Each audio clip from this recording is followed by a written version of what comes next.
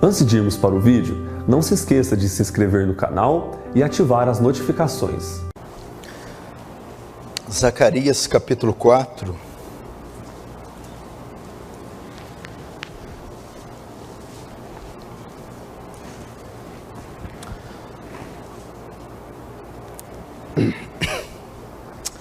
Irmãos, nós estivemos falando um pouco sobre avivamento essa semana. Em virtude da mensagem que foi pregada domingo, sobre avivamento, despertamento, me parece que alguns irmãos foram despertados para uma vida mais intensa, mais piedosa no Senhor. Isso foi no domingo. Após isso, na segunda-feira, um dia depois, mais de 100 pessoas se reuniram para orar ao ar livre, em resposta à mensagem, à pregação de domingo. E depois a reunião de oração também recebeu um número bem maior de pessoas do que o comum, a vigília. Pessoal que assistiu pela internet lá de Burtzal, exigiu que fizesse uma vigília lá também, em razão do toque do Espírito, do impacto que foi causado. Então nós decidimos deixar de lado um pouco essa semana outros temas que também são importantes na nossa vida, como casamento, criação de filhos, questão profissional, tristeza, depressão, evangelismo, missões, outras doutrinas também muito importantes que têm que ser tratadas. E nós, parece que o Senhor quis deixar essas coisas por um momento de lado e dar lugar a uma coisa mais específica, cuidar da piedade da igreja, ter um povo piedoso. Eu acredito que isso é um dos maiores desejos que Deus tem para a sua igreja, ver um povo piedoso. Não é o quanto sabem sobre teologia, não é o quanto evangelizam, o quanto plantam igreja, o quanto ganham almas, o quanto trabalham, o quanto contribuem financeiramente, o quanto vêm aos cultos, mas talvez seja o quanto amam a Deus, o quanto se dedicam em buscá-lo, o quanto fogem do pecado e se santificam, o quanto obedecem à palavra. E eu queria que você entendesse isso. Eu sou muito criticado por pregar sermões assim, sermões duros, intensos, que sempre exigem do cristão o melhor dele, inclusive até por alguns dos meus discípulos. Mas você tem que entender que Deus colocou um fardo sobre mim, e eu necessito compartilhar ele com vocês. E minha intenção quando prega assim, discipula assim, é uma só: é fazer uma igreja mais bíblica, mais santa, mais pura, mais quebrantada, mais doce, que ama mais o seu Senhor, o seu Salvador, desprendida do mundo, do materialismo, da vaidade, da temporalidade que é isso aqui. Se nós soubéssemos o quanto a nossa vida é breve, nós investiríamos muito mais os nossos recursos em coisas que têm valor eterno. Há tanta gente perdida ainda para ser alcançada.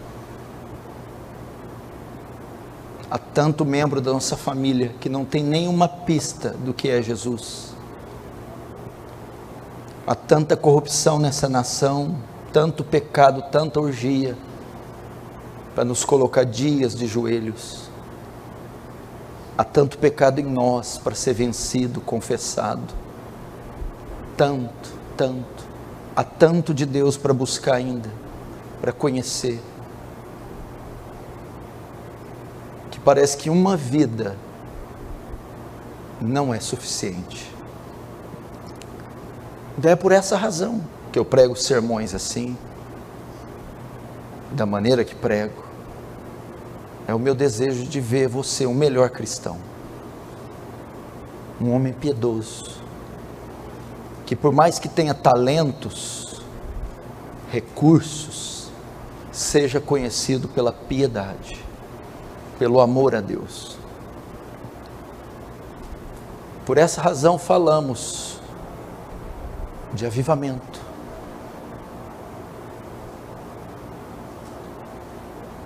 Com a expectativa que o Senhor, soberanamente, sobrenaturalmente, unilateralmente, tocasse na sua igreja, despertasse a sua igreja, fizesse uma obra nela que homem nenhum é capaz de realizar, que nos deixasse completamente satisfeitos em Cristo, felizes em Cristo, completos em Cristo. Porque o dia que isso acontecer, não necessitaremos de mais nada, absolutamente nada. Esse é meu desejo. Foi esse o maior alvo de oração de todos os meus mais de 23 anos de fé. Que Deus trouxesse um avivamento, criasse uma geração, formasse uma geração de cristãos distinta, singular, invulgar de qualquer outra raça da terra.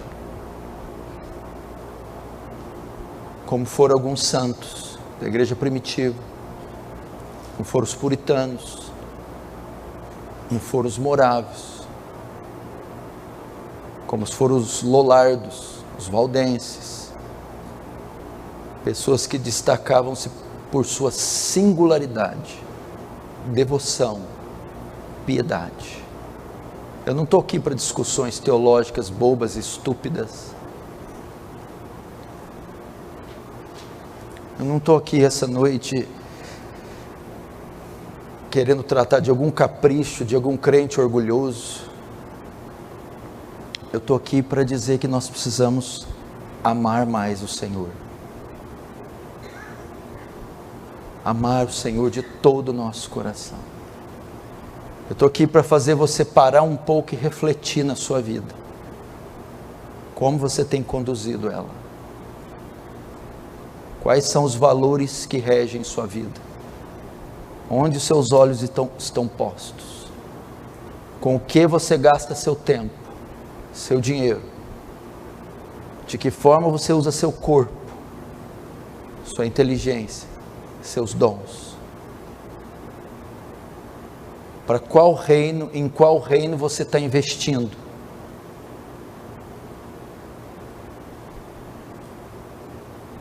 Em que reino você está plantando? Espera colher o que e aonde? A vida está passando. Sinais da volta do Senhor estão aí, claros e evidentes. Cristo vem.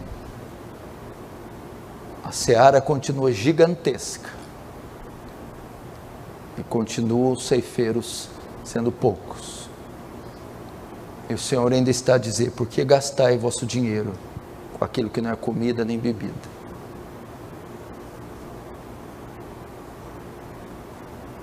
E eu peço que o Espírito Santo, só Ele, como eu preguei de manhã, só Ele e mais ninguém pode trazer esse despertamento. Só Ele pode convencer você. Meus gritos, urros e berros não têm nenhum poder contra a sua natureza, ou a de qualquer um. A força e a violência nada valem ante a nossa obstinação, a nossa cegueira. Se não houver um iluminar da graça, um abrir dos olhos do Espírito, um quebrantar do coração do Espírito, é inútil todo e qualquer apelo. Quando o ministério de Paulo chegou em Tessalônica, houve um pequeno avivamento, e eles se converteram e uma igreja ali foi plantada, e o capítulo 1 diz que o testemunho deles estavam chegando nas igrejas da Ásia, como eles se converteram dos ídolos e voltaram para o Senhor. Ou seja, eles renunciaram, abriram mão, entregaram tudo aquilo que era obstáculo para a fé, jogaram fora, abriram mão, retiraram. A mesma coisa na cidade de Éfeso, do Paulo está por ali, todos começam a jogar fora, a tirar fogo, tudo que era contrário à vontade de Deus. E eu creio que quando o avivamento vem sobre uma igreja, quando o Espírito Santo move, voluntariamente as pessoas fazem fila, na expectativa, no anseio, no anelo, de lançar fora os seus ídolos, suas lealdades, suas vaidades, toda pedra de tropeço que se coloca entre eles e o Senhor, voluntariamente, vão tirando os penduricalhos, vão tirando os ídolos, vão tirando as pedras de tropeço, e se entregando incondicionalmente ao Senhor. Você não sabe o quão libertador, como é libertador isso. É libertador. Saber que eu não preciso ficar preso a nada nem a ninguém. E me entregar incondicionalmente ao Salvador. E dizer como Isaías, de forma despretensiosa: eis-me aqui, envia-me a mim, sou todo seu, faz o que parecer bem aos seus olhos comigo, te entrego meu corpo, minha alma, submissos e cativos à sua vontade. Estamos precisando de gente assim, cristãos assim, dedicados. Nossa geração, comparada com tantas outras, ela conta com pigmeus espirituais, anões espirituais, bebês espirituais. Nossa geração não é marcada por mártires, profetas. Ela é marcada por gente mimada, caprichosa, covarde, que se autopreserva, que não tem coragem de servir o Salvador. Quando é que nós vamos ver nessa terra homens assim? Homens que, segundo Hebreu, não eram dignos. Essa terra não era digna deles terem pisado. Essa é a proposta, irmãos. Eu não quero tratar das suas necessidades, eu sei que você tem muitas como eu tenho, mas como disse um puritano, eu sei que o meu Pai me ama, e Ele sabe do que eu preciso, e Ele vai cuidar sem que eu tenha que ficar ansioso. Eu não preciso ficar preocupado com as minhas contas, enfermidades, filhos, casamento. Meu Pai me ama e o meu Pai está cuidando disso. Enquanto meu Pai cuida da minha vida, das minhas coisas, eu quero me ocupar em cuidar das coisas do meu Pai. Como Jesus disse, o meu Pai trabalha até agora e eu também. O meu Pai trabalha até agora e eu também. E nós temos que trabalhar. Será que é tão difícil? Paulo, quando estava escrevendo a sua última carta, eram suas últimas palavras. Ele disse: já estou sendo preparado para ser oferecido como libação. O tempo da minha partida chegou. O Espírito Santo revela a Paulo que ele vai morrer.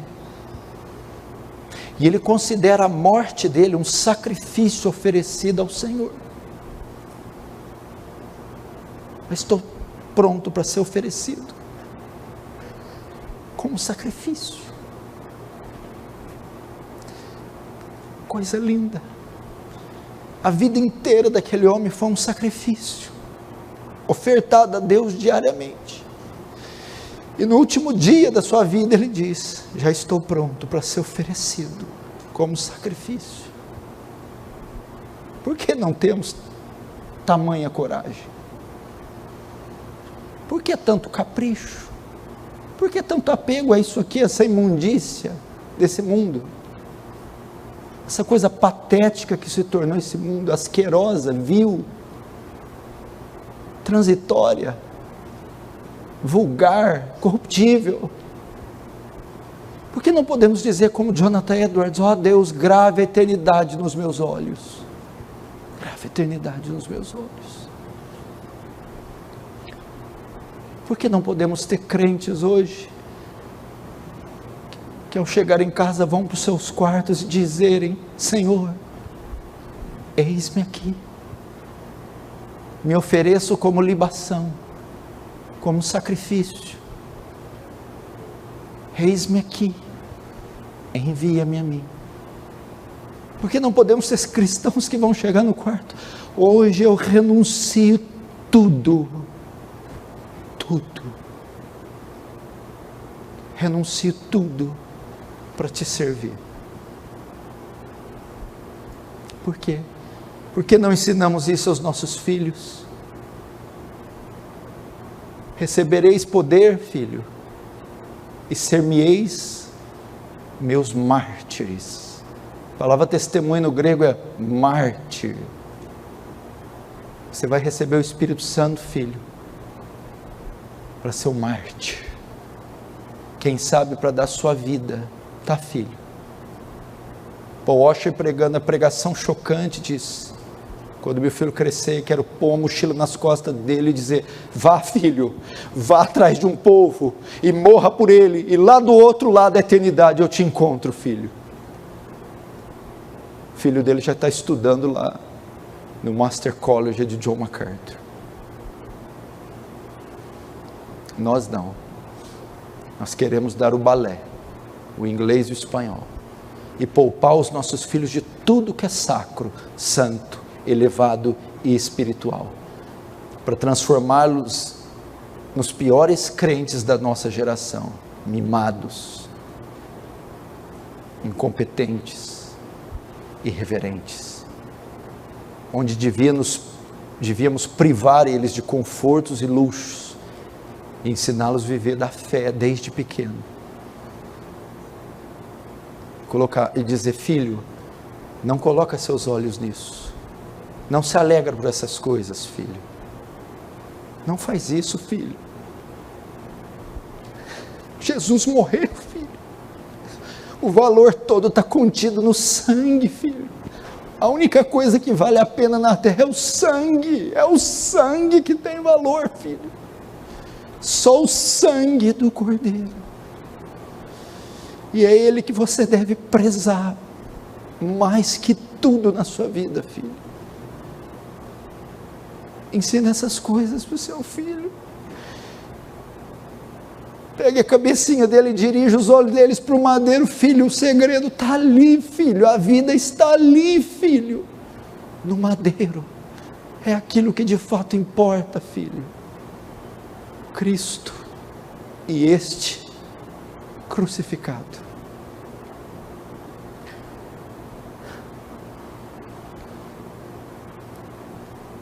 Cristo e esse crucificado.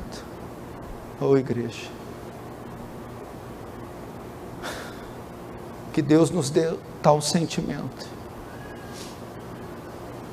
Que Deus nos dê estima por Cristo, como deu a Paulo ao dizer: na verdade tenho por perda todas as coisas, pela excelência do conhecimento de Cristo Jesus. Eu conheci uma mulher, uma senhora idosa, mulher de oração, uma mulher que não se vê mais hoje, uma senhora que entrava dentro de boteco e arrastava de lá bêbado e mendigo, expulsava o demônio, dava banho, trocava de roupa e levava para a igreja. Mulheres desse tipo já caminharam nessa cidade. E um dia ela disse para mim: Paulo, eu estou orando para Deus me conceder o estado de graça que concedeu ao apóstolo Paulo, quando ele escreveu: não sou eu que vivo, mas Cristo é que vive em mim. Eu nunca ouvi isso na vida. O que é que essa mulher está buscando? Eu estou orando para Deus me conceder o estado de graça que concedeu ao apóstolo Paulo quando ele escreveu, no momento que ele escreveu: não sou eu que vivo, mas Cristo vive em mim. Olha com que essa mulher ocupava o tempo dela. Olha com que essa mulher ocupava a vida dela. Olha qual é o desejo dessa mulher. Não é como muitos de nós. Abençoa, abre a porta, cura, livra, aqui, agora, hoje, temporal, material, financeiro, namorado, noiva, uma senhora, me concede o estado de graça.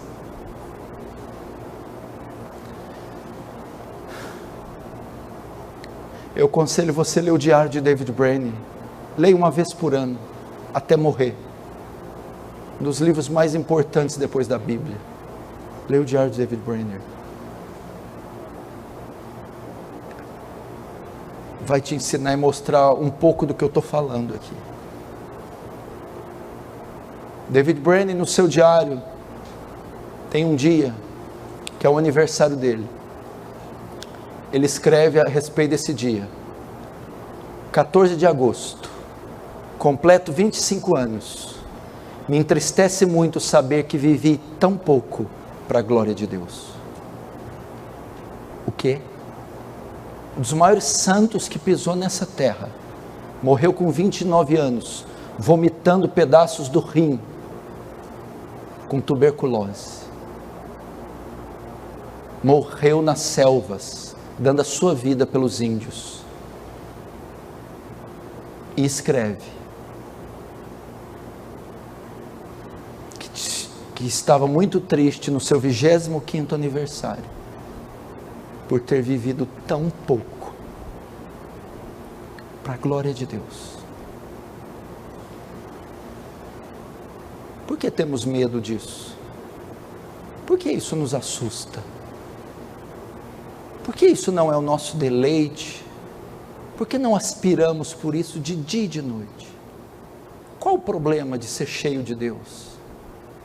Qual o problema de amá-lo? Qual o problema de se desprender daqui e ser taxado de tudo quanto é coisa? Santarrão, fanático, louco? Qual o problema? Quando Paulo chegou em Atenas para pregar, Demétrio, Ourives, o rebuliço de Paulo foi tão grande que ele falou para as autoridades: esses homens que transtornam o mundo inteiro chegaram aqui. Ah, quem dera eu tivesse fizessem tal comentário ao meu respeito. Ou como Acabe fez a Elias: és tu perturbador em Israel? Ah, quem sabe, quem dera transtornássemos o mundo. E com o que Paulo fez isso? Paulo perdeu todos os seus direitos, todos os seus recursos. Quando ele se converteu, ele passou a ser um moribundo. Como é que ele conseguiu transtornar o mundo inteiro? Sem dinheiro, sem escolta, sem status, sem internet, sem carro, sem nenhum recurso, só com o poder do Evangelho, só com o poderoso, glorioso, santo, sacro Evangelho da graça e da glória, só com a proclamação do Evangelho, a ponto de dizer: eu não me envergonho do Evangelho, pois ele é o poder de Deus para a salvação de todo aquele que crê. Ele só tinha o Evangelho.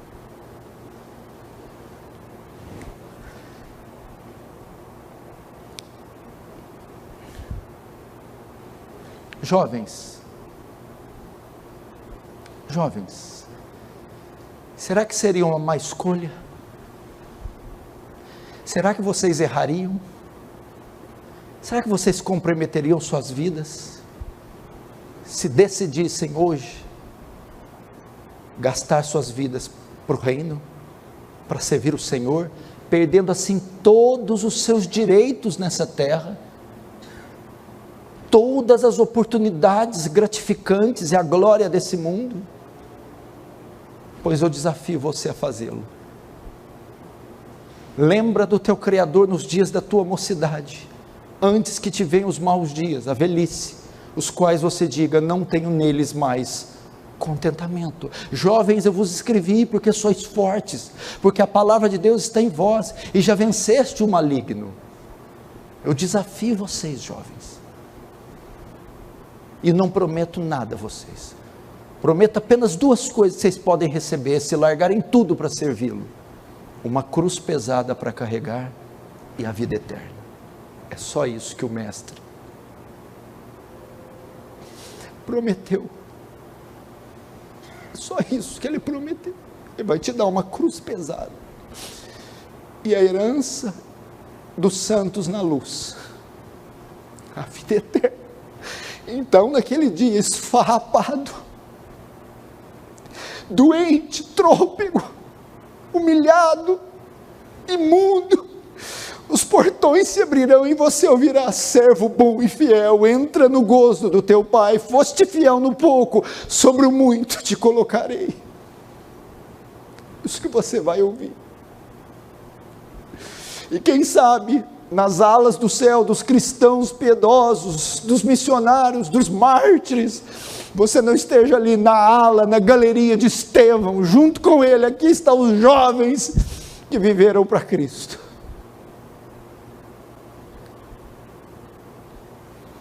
Jovens moças, você já estudou a história de Perpétua, do primeiro século? Primeiro, segundo e o terceiro séculos foram marcados por intensa perseguição, martírio, Coliseu Romano. E essa foi uma das mulheres de testemunho mais piedoso que já tivemos nessa terra. Senhoras, já ouviram falar de Susana Wesley? Muita gente diz: se o metodismo tem um pai, John Wesley, ele também tem uma mãe, Susana Wesley. John Wesley disse: aprendi mais de Bíblia, doutrina e teologia com a minha mãe do que com qualquer teólogo da Inglaterra. Catherine Buff, mulher de William Buff. Sarah Piermont, mulher de Jonathan Edwards. Susana Spurgeon, mulher de Spurgeon. Veja as biografias delas, veja com que elas se ocupavam.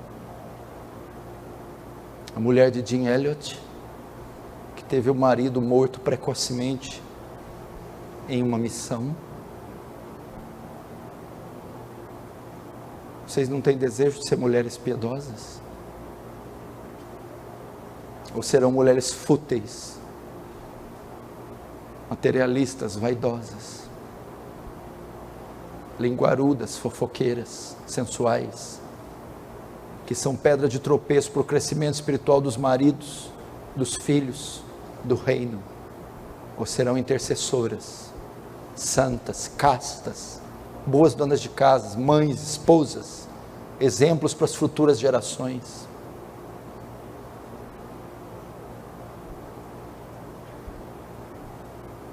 Está com vocês. O tempo é hoje.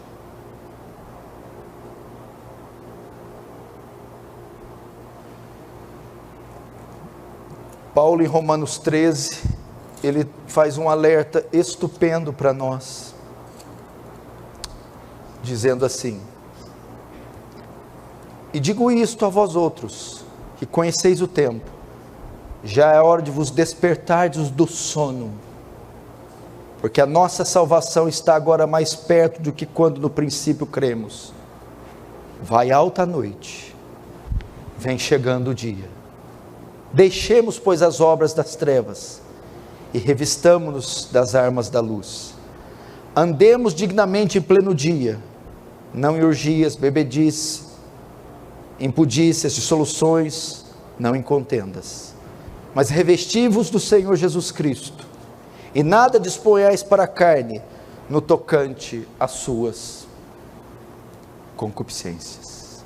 Vai alta a noite, vem chegando o dia. Isso fala tanto da volta de Jesus, quanto da morte. O Senhor está nos alertando, temos pouco tempo. Temos pouco tempo. O Dr. Joel Bick foi sequestrado há muitos anos atrás. Foi sequestrado e correu risco de vida ou de morte. Então ele orou enquanto estava sendo sequestrado: Senhor, se o Senhor me livrar, viverei para o Senhor de uma forma tão intensa como nunca vivi até hoje. Olha o voto que esse homem fez, já sendo o homem que ele era. Então o Senhor o livrou das mãos dos sequestradores. E nós temos conhecido um pouco da vida desse homem. Ele é simplesmente uma máquina de servir o reino de Deus. Ele passa o dia inteiro escrevendo, pregando, licionando, aconselhando, orando, ministrando intensamente, e o fará até o fim da sua vida. Por quê? Porque vai alta a noite, vai alto o dia, vai alta a noite e vem chegando o dia.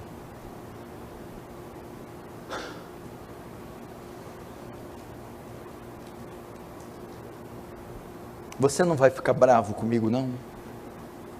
Você não vai sair da igreja porque eu estou falando isso? Você não vai endurecer o coração para mim só porque eu quero você mais santo, mais bíblico? Você não vai me julgar por causa disso, não?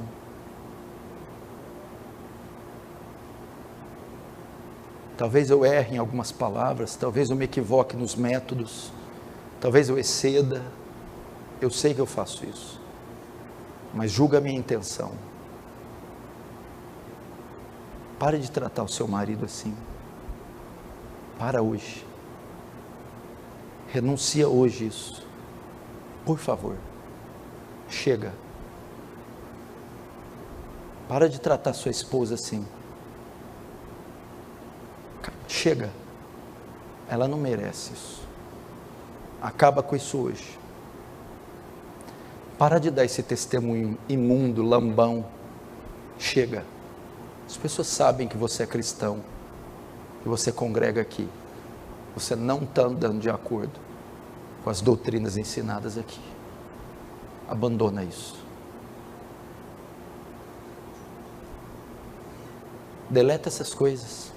Se desvencilha desse mundo virtual. Sai disso. Isso é um atraso de vida, uma atrofia da mente. Abandona isso. Você, filho, decida. Fale com seu pai hoje. Ou serve a Deus ou às trevas. Pare de ficar em cima do muro. Decida. Revele a sua identidade. Pare de viver como um crente, como uma vez que você não é. Mostre a ele a sua verdadeira identidade. Ou você se revela quem é, assume a sua posição, ou dobre os seus joelhos e rogue ao Salvador que te converta, que você pode não ter outra oportunidade. Você que tem chamado, sabe que tem, sabe que Deus te entregou talentos, sabe que Deus separou você. Por que você está fugindo? Por que você está omitindo? Volte para o exército, volte para o pelotão, se apresente imediatamente à sua base, bata a continência para o capitão da sua salvação e diz: estive foragido, distante, fui um desertor, mas me arrependi, e aqui estou, devolva meu fuzil, minha espada, e me envie para a guerra.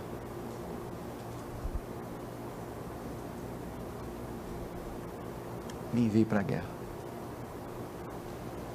Dá tempo ainda de lutar? Algum inimigo ainda? Dá tempo. Tem muito o que fazer. Talvez você não é o obreiro que trabalhou o dia inteiro, nem o que trabalhou o meio período. Você é o obreiro da última hora. Vá lá. Vá lá que você vai receber o salário integral.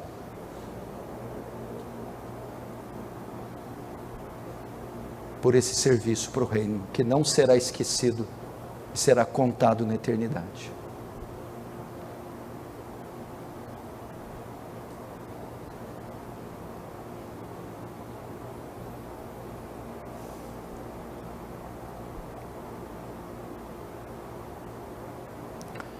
Palavra para nós essa noite, irmãos.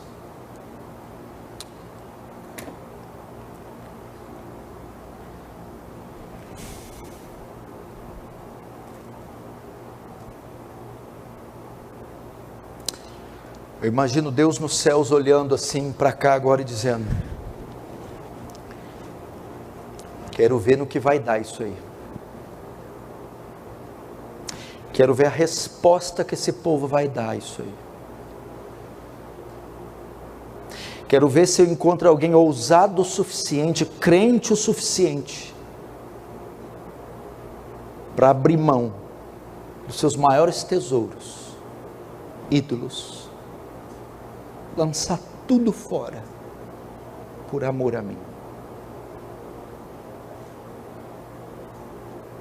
Você quer que eu te ensino? Vem comigo, eu te ensino. Quer aprender a orar? Eu te ensino a orar. Quer aprender a orar mais de 1 hora? Eu te ensino. Quer aprender a jejuar? Fala comigo, eu te ensino. Quer aprender como vencer o pecado, a carne, se santificar? Vem comigo, eu te ensino. Quer aprender como evangelizar, como gemer para uma alma, até que o Espírito Santo abra os olhos e a converta? Eu te ensino. Quer aprender como vencer a mornidão espiritual, esfriamento espiritual? Eu te ensino.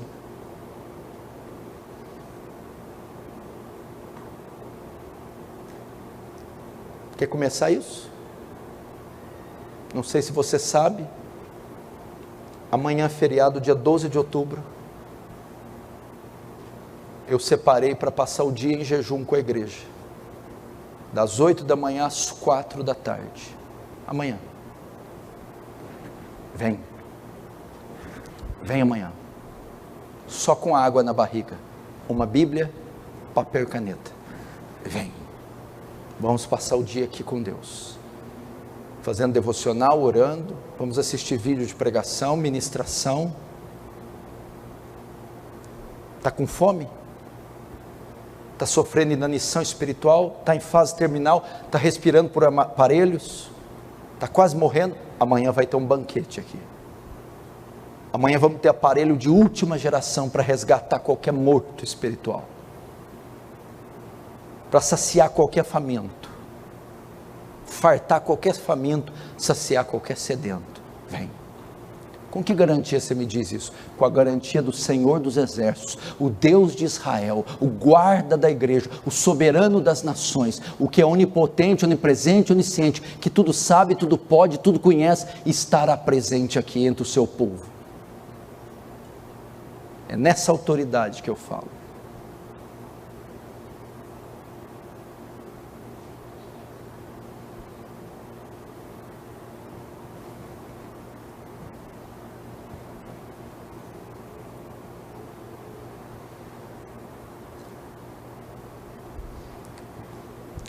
Eu vou fazer assim agora. Esse teclado vai tocar. Você não vai orar agora. Eu vou terminar falando mais um pouquinho e nós vamos orar. Agora você que está me vendo também pela internet, sentado onde você está, com um silêncio sepulcral, se você puder, você vai meditar. Você vai fazer como Jesus fez quando pronunciou a parábola da torre.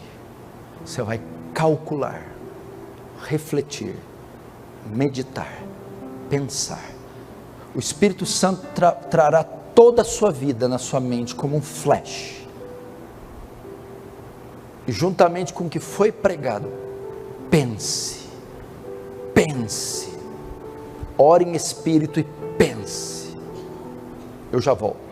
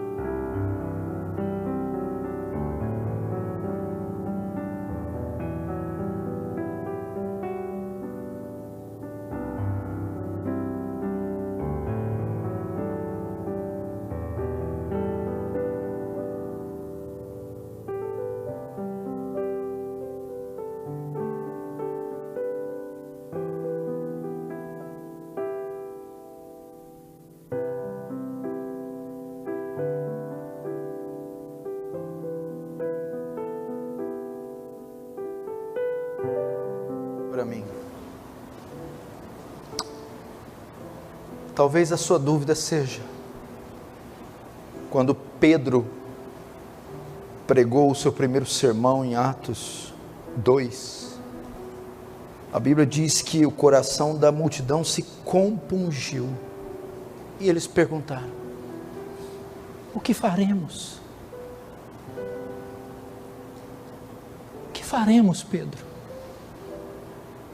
Pedro faz aquele discurso extenso, aquela pregação cristocêntrica, cheio, inundado pelo poder do Espírito Santo, e aquelas palavras perfuram o coração, estraçalham, esmagam, esmiuçam o coração da multidão de tal forma que eles não sabem o que fazer.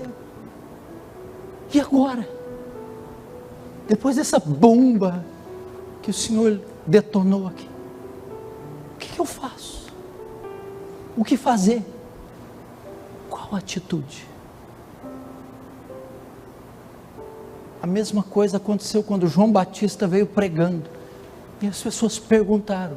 Então ele respondeu, no verso 10, Lucas 3:10. Então as multidões o interrogaram, dizendo: que havemos, pois, de fazer? Respondeu-lhes: quem tiver 2 túnicas, reparta com quem não tem, e quem tiver comida, faça o mesmo. Foram também os publicanos para serem batizados e perguntaram: mestre, que havemos de fazer? Respondeu-lhe: não cobreis mais do que estipulado. Também os soldados lhe perguntaram: e nós, que faremos? E ele lhes disse: a ninguém maltrateis, não deis denúncia falsa, e contentai-vos com o vosso soldo, salário.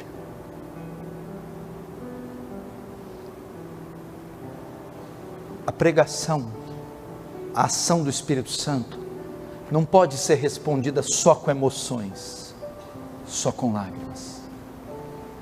Aqui está uma evidência disso. O que eu tenho que fazer depois de um sermão desse? Atitudes. Abre teu armário e diz: meu Deus, para que tanta roupa? O que eu vou fazer com isso? Meu Deus do céu, pega metade disso e dá para os irmãos pobres. Olha a sua carga de trabalho e diz: meu Deus, para que trabalhar desse tanto? Eu tenho que parar com isso imediatamente. Atitude. Olhar para sua conta, para os seus negócios: meu Deus, para que tanto dinheiro? Por que isso está parado? Por que eu estou angariando tanta coisa nesse mundo? Vende, doa, divide, compartilha.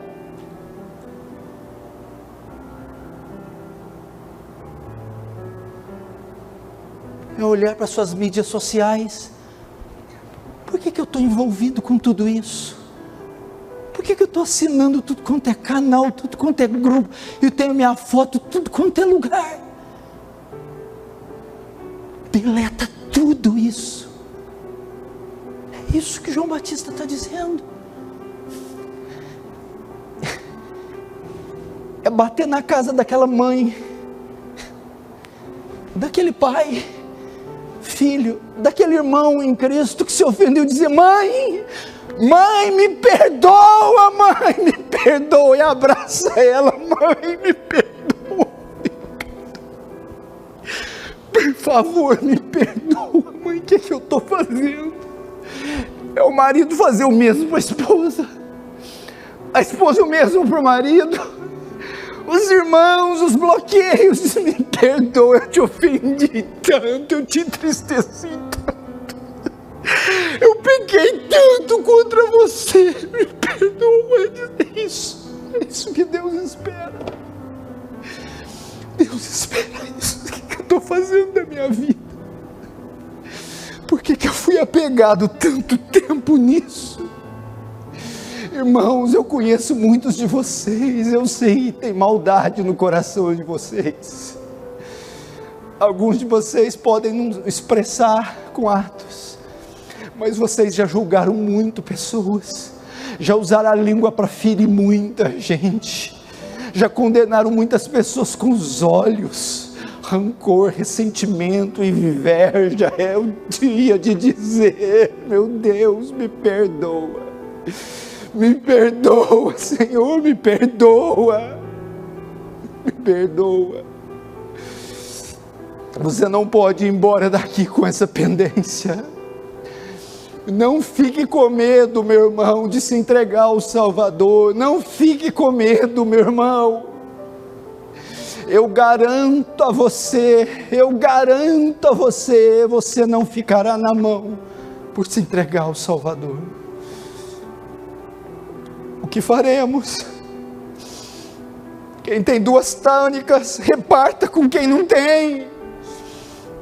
Quem tem comida, faça o mesmo. Não cobrem mais do que devem, não manipulem papéis, não façam sujeira. Dá a César o que é de César.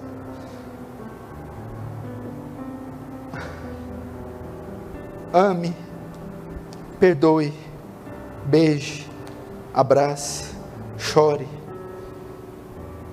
Mude radicalmente de vida. Mude radicalmente. Nossos olhos estão muito secos, igreja. A última vez que nós choramos pelo pecado, pelo nosso pecado, a última vez que nós deixamos tudo de lado e dissemos: agora é só eu e o Senhor, e fizemos como o filho pródigo: pai, eu pequei. Quando Davi foi repreendido por Natã, ele pecou contra Batseba e Urias, mas ele diz: pequei contra o céu. Pequei contra o Senhor, pequei contra o Senhor. Não tem ninguém mais ofendido com o nosso pecado do que o Senhor. Quanta chaga nós acrescentamos àquela cruz, a cruz já foi tão pesada. Quanta chaga. Então é noite para isso. O que faremos, pastor? Eu, você, nós saberemos se o que está acontecendo nessa igreja é real ou não, bíblico ou não, causado pelo Espírito Santo ou não, se vai ter efeito ou não, se houver atitudes. Caso contrário, foi mais um culto onde as emoções foram mexidas. Se nós não tivermos a ousadia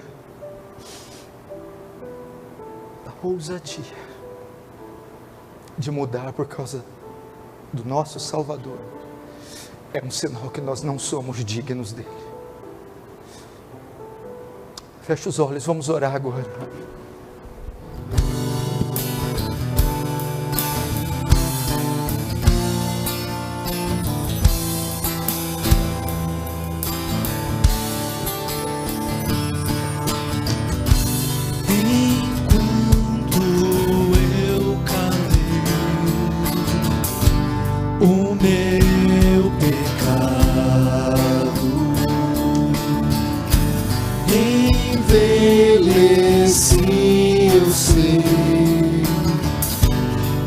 Tão cansado, porque a tua mão pesava sobre mim, e o meu vigor chegou ao fim.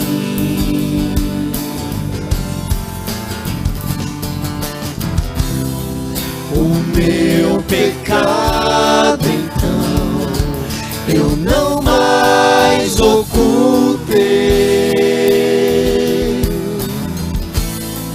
do meu Senhor irei.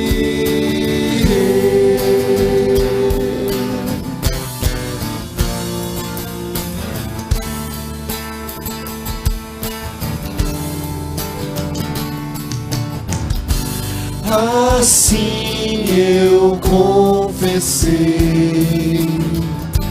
o meu pecado,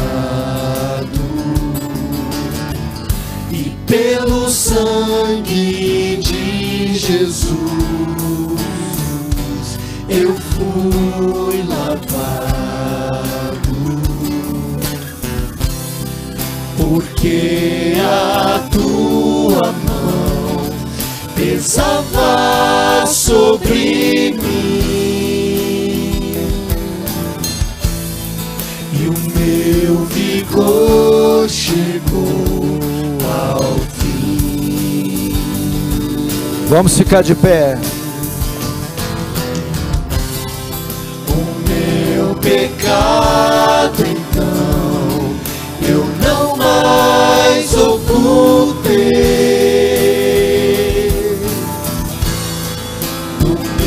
Senhor. Vamos cantar do início enquanto calei.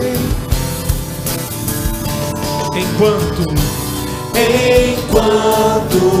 eu calei o meu pecado,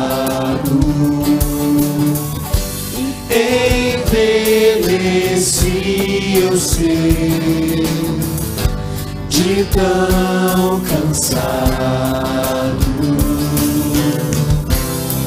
porque a tua mão pesava sobre mim, e o meu vigor chegou